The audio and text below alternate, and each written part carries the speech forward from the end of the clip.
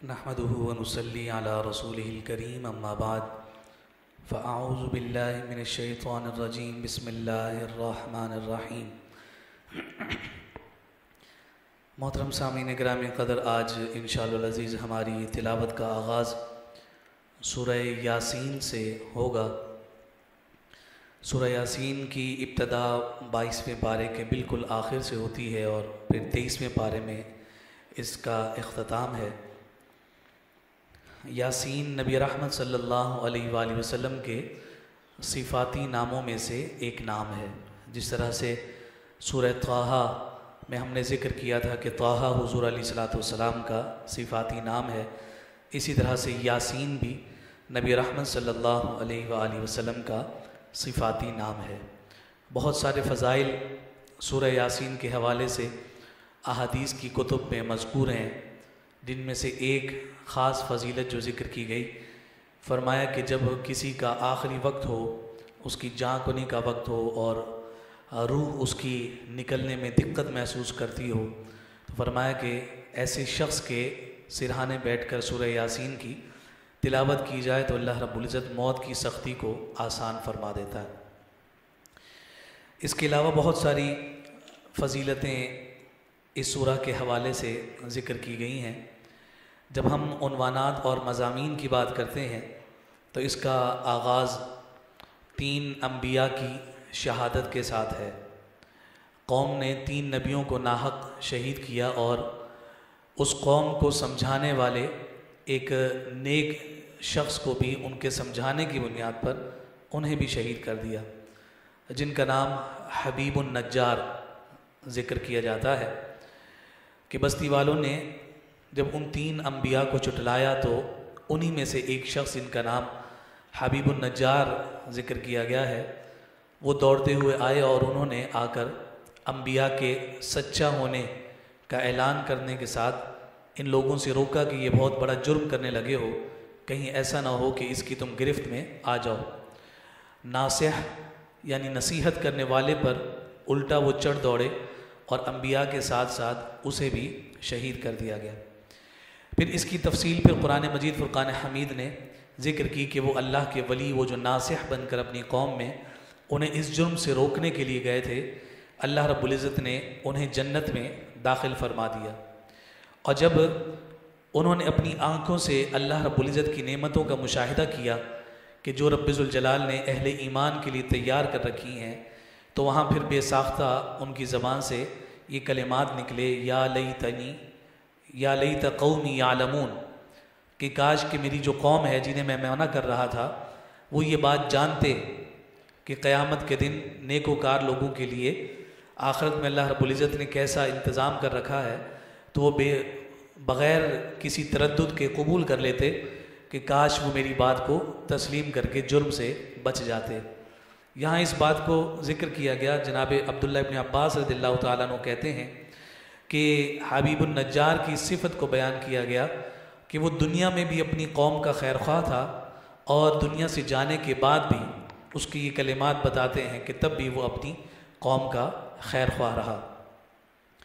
फिर उसके बाद कुछ तौहीद बारी ताला के तकवीनी दलाइल ज़िक्र किए गए हैं और उन तमाम में मुर्दा ज़मीन से बारिश के ज़रिए से ज़िंदगी पैदा करने का तज़किरा है, लैल व नहार का ज़िक्र है, शम्स व कमर की जो गर्दिश है उसका तज़किरा है, और किश्तियाँ और जहाज़ जो भारी भरकम होने के बावजूद दरिया और समंदर के बिल्कुल बुलंदी पर चलते चले जाते हैं और वो डूबते नहीं। फरमाए ये सारी की सारी रब्बुल जलाल की कुदरत की निशानियाँ हैं। और फिर उसके साथ साथ एक ऐसा ऐलान फरमाया, सुबहानल्लज़ी खलक़ल अज़वाज कुल्लहा मिम्मा तुंबितुल अर्दु व मिन अनफुसिहिम व मिम्मा ला यालमून। फरमाया कि अल्लाह पाक है कि जिसने ज़मीन की नबातात के और ख़ुद उनके और जिन चीज़ों की उनको ख़बर नहीं, सब के जोड़े बनाए हैं। यानी रब्बुल जलाल ने जो कुछ पैदा फरमाया है हर एक को जोड़ा जोड़ा पैदा किया है। ये इस सूरह में ऐलान हुआ है 1450 साल कबल। हमारा तसव्वुर और हमारा ख़याल सिर्फ इंसानों तक और हैवानात तक जाता है कि भाई इंसान है तो जोड़ा है, मर्द और औरत है। हैवानात को देखते हैं तो बकरा है तो उसके साथ बकरी है, हम दूसरी जाने देखते हैं तो बैल है तो उसके साथ गाय है। फिर देखते हैं ऊँट है तो ऊँटनी है, हाथी है तो हथनी है, इसी तरह से कुत्ता है तो उसकी भी जो है ना वो मादा साथ कि हर चीज़ जोड़ा जोड़ा है, इन दोनों की जानिब ख्याल जाता है। लेकिन यहाँ ये जो फरमाया कि उन चीज़ों का भी जोड़ा बनाया जिसकी तुमको खबर नहीं, वमिन अनफुसिहिम वमिन मा ला यालमून, उनका भी कि जिनका तुम्हें इल्म नहीं है। इसका मतलब ये हुआ कि तख्लीक़ात में और भी चीज़ें जो पैदा की गई हैं वो जोड़े के एतबार से पैदा की गई हैं। और इसकी मिसाल आज की साइंस हमें देती है कि जब हम एटम की बात कर रहे होते हैं और हम कहते हैं कि जनाब उस एटम में जो बिल्कुल स्मॉल पार्टिकल है उसके अंदर इंसान की जुमला खुसूसियात उसके खुलिये मौजूद होते हैं। अब उस एटम को जब आप ब्रेक करते हैं तो एक तरफ आपको प्रोटॉन नज़र आता है, दूसरी तरफ न्यूट्रॉन नज़र आता है। तो ये उसको तोड़कर जो प्रोटॉन और न्यूट्रॉन हुआ तो फरमाया ये भी वही नर और मादा है कि जोड़ा बनाया गया। इकाई से जिनका तसव्वुर ये है, हमारा तो तसव्वुर ये है कि इंसानियत की इब्तदा जनाब आदम से, अक़ीदा हमारा यही, लेकिन जो कहते हैं कि एक इकाई से अल्लाह रब्बुल इज़्ज़त ने इस कायनात को तख्लीक किया, एक स्मॉल पार्टिकल था उसके अंदर जो है ना वो धमाका हुआ और उसके बाद ये सारी कायनात वजूद में आ गई।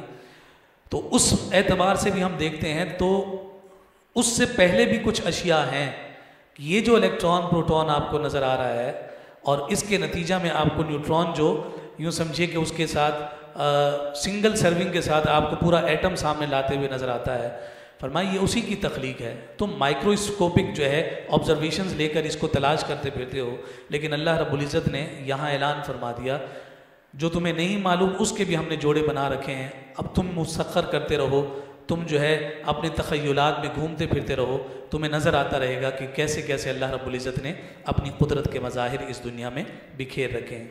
इन सारी बातों को जिक्र करने के बाद जो सूर फूंकने का तज़किरा है एक दफ़ा फिर किया गया। हम पहले भी ये बात कर चुके हैं कि सूर 3 दफ़ा फूंका जाएगा। जब पहली दफ़ा सूर फूंका जाएगा जनाब इसराफील की जानिब से तो उस वक्त एक खौफ, एक खशियत और एक हैबत लोगों के दिलों में पैदा हो जाएगी। और दूसरी दफ़ा जब सूर फूंका जा रहा होगा तो सब पर मौत तारी हो जाएगी। तीसरी दफ़ा के सूर फूंकने पर सारे के सारे ज़मीन के ख़जाने भी बाहर आ जाएंगे और वो आलम हशर का ऐलान होगा और सारे के सारे लोग अल्लाह रब्बुल इज़्ज़त की बारगाह में हाजिर हो जाएंगे। इन तमाम को जिक्र करने के बाद फिर क़यामत के दिन के अहवाल को जिक्र किया कि फिर उनके मुँहों पर मोहर लगा दी जाएगी और उनके आज़ा उनके ख़िलाफ़ गवाही दे रहे होंगे। ये एक ऐसी हकीकत है कि जिससे कोई भी शख्स इनकार नहीं कर सकता। हम ये तसव्वुर और ख़याल करते हैं कि सिर्फ बोलने वाली हमारी ज़बान है, लेकिन अल्लाह रब्बुल इज़्ज़त ने हर उज़्व में अपने माफ़ी ज़मीर को बयान करने की सलाहियत और मलका रखा है। किसी को आज समझ आए या ना आए, लेकिन कल क़यामत के दिन इसका इजहार ज़रूर हो जाएगा। अगर ज़बान इनकार भी करेगी तो फरमाया कि उनकी ज़बानों पर हम मोहरें लगा देंगे, उनके मुंह बंद कर दिए जाएंगे और फिर उन्होंने पाँव से जो गुनाह किया होगा, पाँव चीख चीख कर कहेगा कि हाँ इसने मुझसे ये गुनाह किया था। हाथों से जो गुनाह होते रहे फिर हाथों को ज़बान दी जाएगी और वो चीख चीख कर कहेंगे कि हाँ इस शख्स ने ये गुनाह किया था। तो फरमाया कि उस दिन कोई ना ही कोई चीज़ छुप सकती है और ना ही वहाँ कोई मफर मकर चल सकता है और ना ही उस दिन किसी किस्म की कोई सिफारिश या उस दिन कोई मददगार और मुआविन होगा। उसके बाद जब अगली सूरत की जानिब हम जाते हैं तो वो सूरह साफ़ात है। साफ़ात चूँकि सफ़ बांधने वाले यानी सफ़ में खड़े होने वालों का तज़किरा है। यहाँ मुफस्सिरीन के 3 अक़वाल हैं। एक कौल ये है कि ये उस सफ़ की बात हो रही है कि जो मैदान जिहाद में जाने से पहले मुजाहिदीन अपनी सफ़ बनाते हैं। अल्लाह रब्बुल इज़्ज़त ने उन सफ़ बांधने वाले मुजाहिदीन की कसम खाई है। मुफस्सिरीन का दूसरा कौल ये है, वो फरमाते हैं कि इससे मुराद वो सालेह और नेक मोमिन हैं कि जब वो नमाज के लिए सफ़ों में आकर बिल्कुल ठीक और दुरुस्त खड़े हो जाते हैं। तो फरमाया कि इससे मुराद ठीक ठीक सफ़े बनाने वाले नमाजी हैं कि उनकी यहाँ कसम खाई गई। और तीसरा फरमाया कि इससे मुराद ये भी है कि जो आलम बाला में अल्लाह रब्बुल इज़्ज़त के बरगुज़ीदा फ़रिश्ते हैं कि जो उसकी बारगाह में हर वक्त हाजिर रहते हैं, उनकी जो कतारें और उनकी जो सफ़े हैं, फरमाया कि इससे मुराद वो सफ़े हैं और अल्लाह रब्बुल इज़्ज़त ने उन सफ़ बांधने वालों की कसम खाई है। यहाँ पर अगर हम मुजाहिदीन की बात करें तो वो भी बड़ी जो है ना एक आली मिसाल हमें नज़र आती है। अगर फ़रिश्तों की बात करते हैं तो वो भी एक मिसाल के साथ हमारी तरबियत और हमारे लिए एक इस्लाह का ज़ामिन है। और तीसरी जो मिसाल हमें सफ़ों के एतबार से नमाज़ों की नज़र आती है वो इज्तमाइयत की एक ऐसी मिसाल है कि जो दुनिया में कहीं भी नसीब और मैसर नहीं आ सकती। आप देखते हैं कि दुनिया भर की जो अफवाज होती हैं, जो फोर्सेस होती हैं, वो अपने सोल्जर्स को तैयार करने के लिए और उनकी सफ़ों को दुरुस्त करने के लिए कई कई जितन करते हैं कि जनाब एक ही वक्त में सारे उमूर सर अंजाम दिए जाएं और पता चले कि ये डिसिप्लिन्ड लोग हैं। तो अल्लाह रब्बुल इज़्ज़त ने गोया कि एक ऐसी फ़ौज कि जो सालिहीन की फ़ौज है और वो नमाज अदा करती है, एक ऐसा लश्कर है और ऐसे मानने वाले लोग हैं कि उनकी तरबियत में ऐसा डिसिप्लिन कायम किया है कि तुम इज्तमाइयत के साथ ज़रा सफ़ बनाकर तो खड़े हो, फिर जब तुम सफ़ बनाकर सीधे सीधे खड़े होगे और कंधे से कंधा मिलाकर खड़े होगे, फिर रब्बुल जलाल आसमानों के फरिश्तों को तुम्हारी जानिब मुतवज्जे फरमाएगा और फिर जब तुम उसी तरह से इमाम के कहने पर जब इमाम झुके तो तुम सारे के सारे उसके साथ झुक जाओ, फिर तुम दोबारा रुकू से खड़े हो जाओ और फिर सजदे में चले जाओ। वो फरिश्ते जब तुम्हें देखेंगे तो तुम पर ये फ़ख्र कर रहे होंगे, मौला तूने तो हमें सिर्फ क़याम की हालत की इबादत की इजाज़त दी। दूसरा तबका कहेगा मौला हम तो सारी ज़िंदगी सिर्फ रुकू में ही तेरी तस्बीह बयान करते रहे, हम तो सिर्फ सजदे की ही तूने इजाज़त दी, हम सजदा ही करते रहे। क्या मखलूक तूने पैदा की है कि वो क़याम में भी तुझे याद करते हैं, रुकू में भी तुझे याद करते हैं और सजदे में भी तुझे याद करते हैं। मौला कितना खूबसूरत अंदाज़ है, ये आगे पीछे भी नहीं होते, इन्होंने एक को अपना इमाम बना लिया है, वो जैसे जैसे करता चला जाता है वो वैसे वैसे तेरी इबादत करते चले जाते हैं। तो यहाँ मुफस्सिरीन कहते हैं राजे कौल तो यही नज़र आता है कि ये जो अंदाज़ बंदगी है, अंदाज़ इबादत है और ये जो डिसिप्लिन का अंदाज़ है, ये रब्बुल जलाल को महबूब और पसंदीदा इतना आया वस्साफ़ाति सफ़ा, सफ़ बांध कर मेरी बारगाह में खड़े होकर नमाज अदा करने वालों तुम्हारे सफ़ बांधने की कसम। अल्लाह। फिर हमें ज़रा गौर कर लेना चाहिए कि हम सफ़ों की तरतीब में क्यों कोताही बरतें। मुझे 3-4 पैगामात ये 18-19 दिनों में आ चुके हैं कि आखिरी सफ़ों में 8 रकातों के बाद थोड़ा सा दाएं बाएं सफ़े पूरी नहीं हो पाती। तो चलें आज इसी ज़िम्न में ये पैगाम भी आपकी नज़र। फरिश्ते हमारी जानिब मुतवज्जे हैं और इस बात पर फ़ख्र कर रहे हैं कि इमाम के साथ कैसे अपने कंधों से कंधा मिलाकर उसके पीछे उसकी मुवाफ़क़त करते हुए नज़र आ रहे हैं। तो अब कंधे से कंधा मिलाकर फिर इस फ़ख्र पर जो अल्लाह रब्बुल इज़्ज़त ने अपने बंदों पर फरमाया है उसका फिर अमली इजहार में हमें अपना एहतमाम भी रखना है। ये पैगाम मर्द हजरात के लिए भी और ऊपर ख़वातीन के लिए भी कि वहाँ भी काफ़ी सारा गैप कुर्सियों की वजह से, चूँकि वहाँ पर कुर्सियों की और चेयर्स की कसरत है तो उस कसरत की वजह से जो है वो दरमियान में गैप भी आ जाता है और फिर उसे तरतीब देने में थोड़ी सी कोताही बरती जा रही है।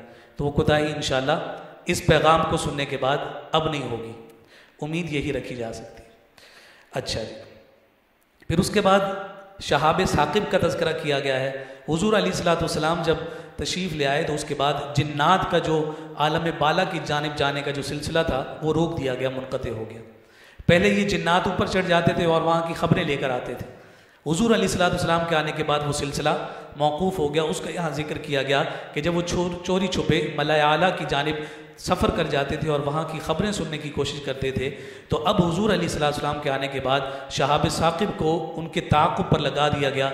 जैसे ही ऊपर बढ़ने की कोशिश करते हैं तो वो उन्हें मार कर नीचे ज़मीन की जानिब भगा देते हैं।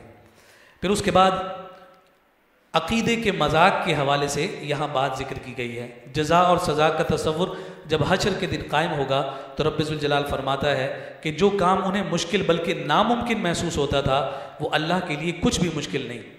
यानी अक़ीदा जब कहा जाता था कि मरने के बाद उठेंगे तो हंसते थे, मजाक उड़ाते थे कि जब मरकर मट्टी में हो जाएंगे, हमारी हड्डियाँ गल सड़ जाएंगी तो हम कैसे उठाए जाएंगे, मजाक उड़ाते थे। तो फरमाया कि जो उन्हें नामुमकिन लगता था वो अल्लाह के लिए तो कुछ भी मुश्किल नहीं है। अल्लाह रब्बुल इज़्ज़त ने अपने एक फ़रिश्ते को मामूर कर रखा है, उस फरिश्ते को इजाज़त दी है, वो सूर फूंकेगा, फिर सारे के सारे ख़जाने और सारे के सारे इंसान खड़े हो जाएंगे। फिर रब्बुल जलाल पूछेगा बताओ तुम कैसे मजाक उड़ाया करते थे। फिर उसके बाद एक बड़ी इंतहाई अहम बात यहाँ जिक्र की गई कि जो कुफ़ार इन तमाम उमूर में मुब्तला रहे, अक़ीदे में उनका फ़साद रहा, तो फरमाया कि वो बड़ी हसरत और नदामत के साथ हशर के दिन कहेंगे कि ये है आमाल की जज़ा का दिन कि जिसका हम मजाक उड़ाया करते थे। फरमाया फिर उन्हें दोज़ख में डाल दिया जाएगा। जब दोज़ख में चले जाएंगे तो अब वो अहले नार जो हैं वो आपस में झगड़ा करेंगे। झगड़ा किस बात पर करेंगे? एक कहेगा तेरी वजह से मेरे साथ ये हुआ, दूसरा कहेगा तुम्हारी वजह से मेरे साथ हुआ। कुरान यहाँ ये पैगाम देता है, गलती तस्लीम ना करने वाला हश्र के दिन भी इसी मर्ज में मुब्तला होगा। आज अगर हम अपने रवैयों का अगर मुशाहिदा करें तो हमसे अगर कोई गलती हो जाए तो उसके रीज़न तलाश करते हैं, इस वजह से मैं नाकाम हुआ, इस वजह से मेरा ये नुकसान हुआ, इस वजह से मेरा नुकसान हुआ। घर में बेबरकती है, फलां भाई ने मेरे साथ जो है ना दुकान में नाइंसाफ़ी की है, उस वजह से मेरा नुकसान हुआ। ये नहीं देखता कि दुकान पर बैठकर वो कम नाप तोल करके माल कमा कर घर में ला रहा है। जो अपना जुर्म था ना उसे तस्लीम नहीं कर रहा, वो उसका इल्ज़ाम दूसरों पर डाल रहा है। ये कुरान बड़ा वाज़ेह पैगाम दे रहा है कि ये जो बीमारी है ये जहन्नुम में जाने के बाद भी नहीं छूटेगी। इसलिए गलती को तस्लीम करने का मिजाज बनाना चाहिए। गलती हो जाए तस्लीम कर लें, मेरी कम इल्मी थी, मुझे मालूम नहीं था, आइंदा मैं ये गलती नहीं करूँगा। और इस अमर पर ही नबी रहमत सल्लल्लाहु अलैहि वसल्लम ने दाद व तासीन दी कि सालिहीन हमेशा नसीहत कबूल करने पर तैयार रहते हैं। हुजूर अलैहिस्सलातु वस्सलाम ने जो तबलीग फरमाई, क्या वो सारे एक ही कैटेगरी के लोग थे? नहीं, उनमें 10 साल के अली मुर्तज़ा शेर खुदा रज़ियल्लाहु तआला अन्हु भी थे, और उनमें 100 साल की उम्र से ज़्यादा के जनाब सलमान फारसी भी थे। हज़रत अली को जो नसीहत की उस उम्र में उन्होंने कबूल की। 100 साल की उम्र से ज़्यादा सलमान फारसी को अगर उन्होंने कोई नसीहत की तो उन्होंने भी कबूल की। उन्होंने ये नहीं कहा कि फ़लाँ जगह तो यूँ होता था, हमने फ़लाँ जगह तो ये पढ़ा है, फ़लाँ ने तो यूँ कहा था। नहीं, उन्होंने जब तस्लीम कर लिया कि ये मेरा हादी है, ये मेरा मुसले है, ये मेरा मुबल्लिग है, ये मेरा नासे है, फिर सर झुका दी। इसलिए फरमाया कि अपना एक बड़ा बना लो, उसके पीछे चलो, दाएं बाएं नहीं। 2 मिनट के सोशल मीडिया पर क्लिप सुनकर आप 1200 साल पहले के बुजुर्ग पर तान दनाज करने लग जाएं और पता हमें जो है गुस्ल के फ़राइज़ का ना हो, तो बताइए कि ये जुर्म किसका है? उनको कौन पहुंच सकता है कि जिन्होंने सारी ज़िंदगी बेवुज़ू कभी हदीस अपनी ज़बान पर जारी नहीं की? उनके तकवा को और उनके वरा को और उनकी खशियत बारी ताला को कौन पहुंच सकता है कि इमाम मालिक साल मस्जिद नबवी में बैठकर हदीस पढ़ाते रहे, अपनी हदीस की किताब का वरक भी इतनी आहिस्तगी के साथ पलटते थे कि कहीं उसकी आवाज़ से मुस्तफ़ा की बारगाह की बेअदबी ना हो जाए।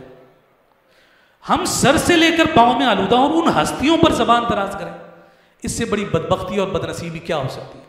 ये इब्तला के दौर में सबसे बड़ी मुसीबत है कि हमारी ज़बानें बुजुर्गों पर खुल गई,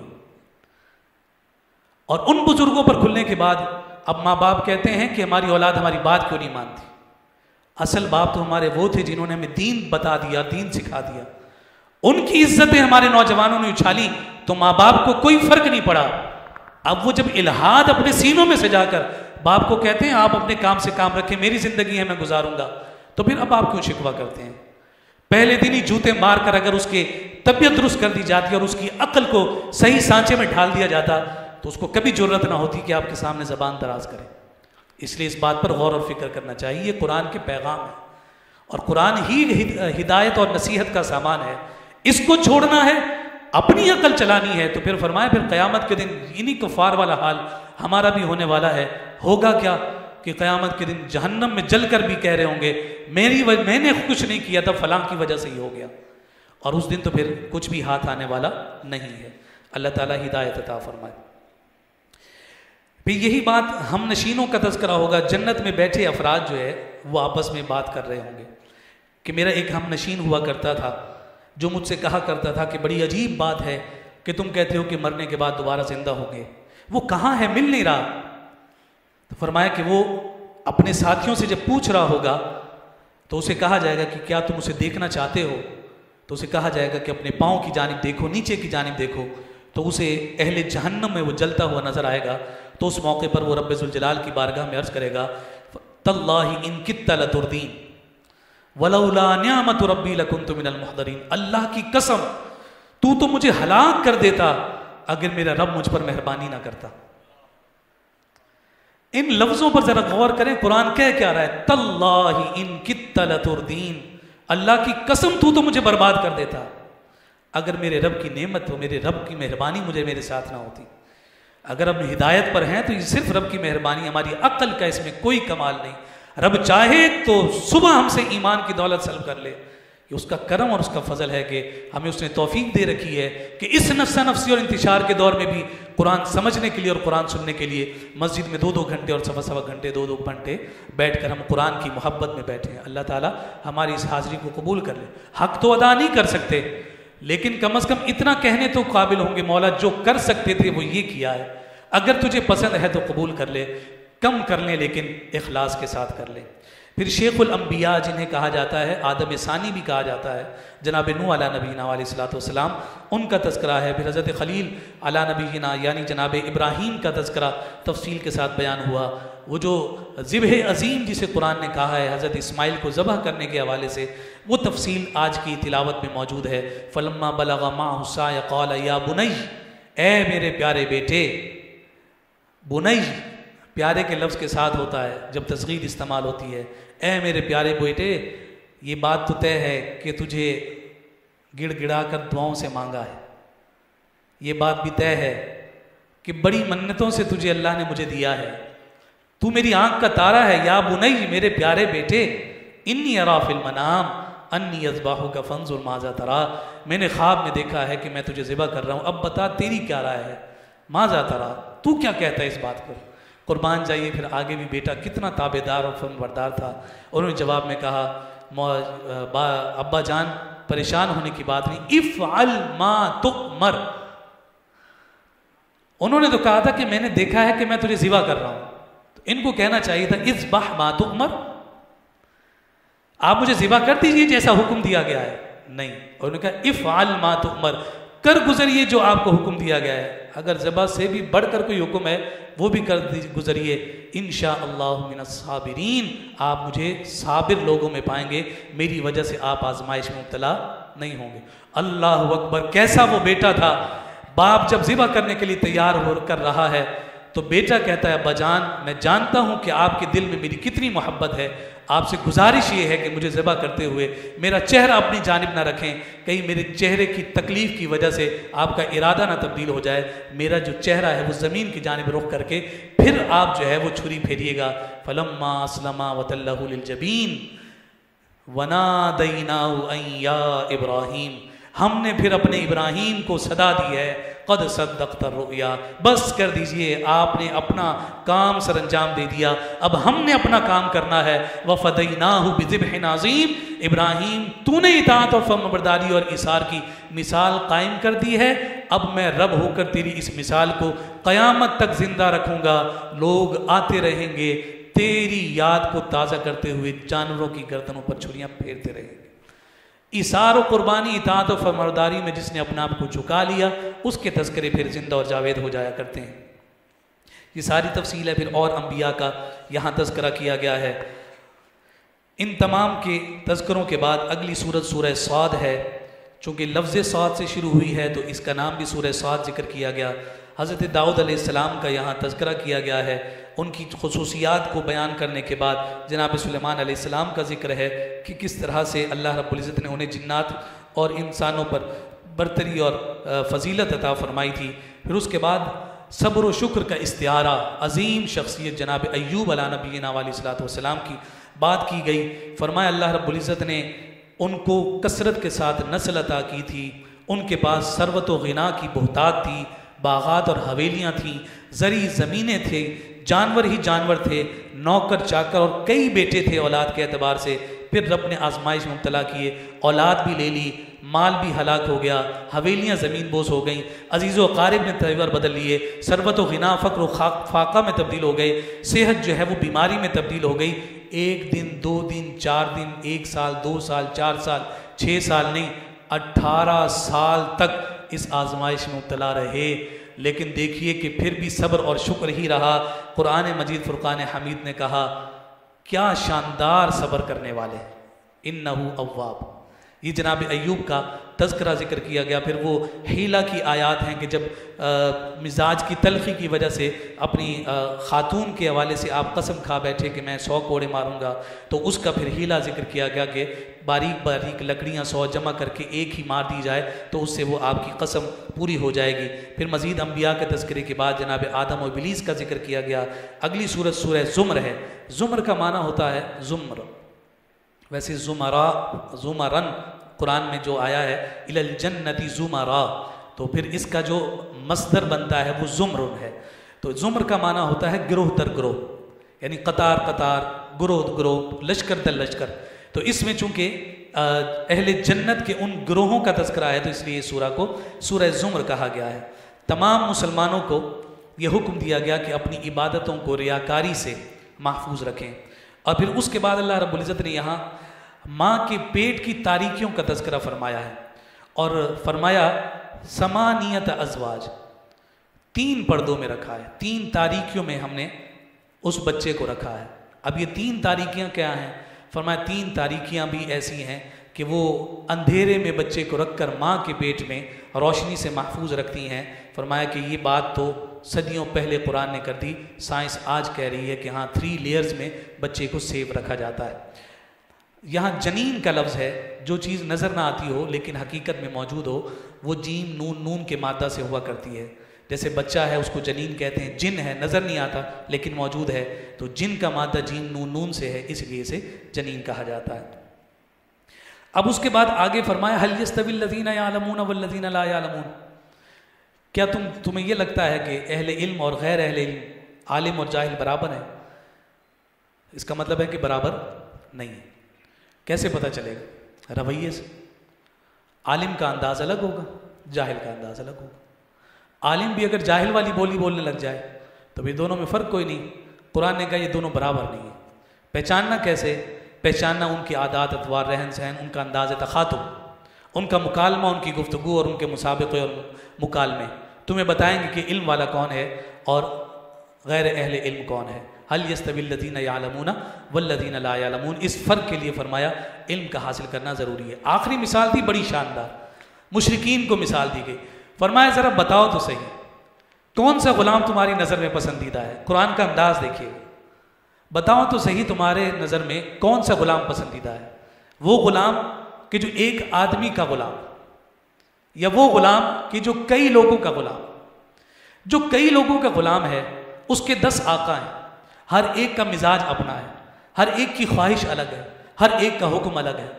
ए गुलाम तू बता तो सही, उन 10 की बातें तेरे लिए मानना आसान है या किसी एक बंदे का तो गुलाम होगा उसकी बात मानना आसान है? अकल क्या कहती? एक। तो फरमाया तुम 10 खुदाओं की कैसे मान सकते? आओ ना एक की तरफ, एक की मान लोगे तुम कामयाब हो जाओगे। फरमाया अक्ल वालों के लिए तो हमने खुली निशानियाँ रखी हैं, जो समझना चाहते हैं उन्हें हम हिदायत और नसीहत अता करते हैं। रब्बे ज़ुल जलाल कुरान का नूर और फ़हम हमारा मुक़द्दर।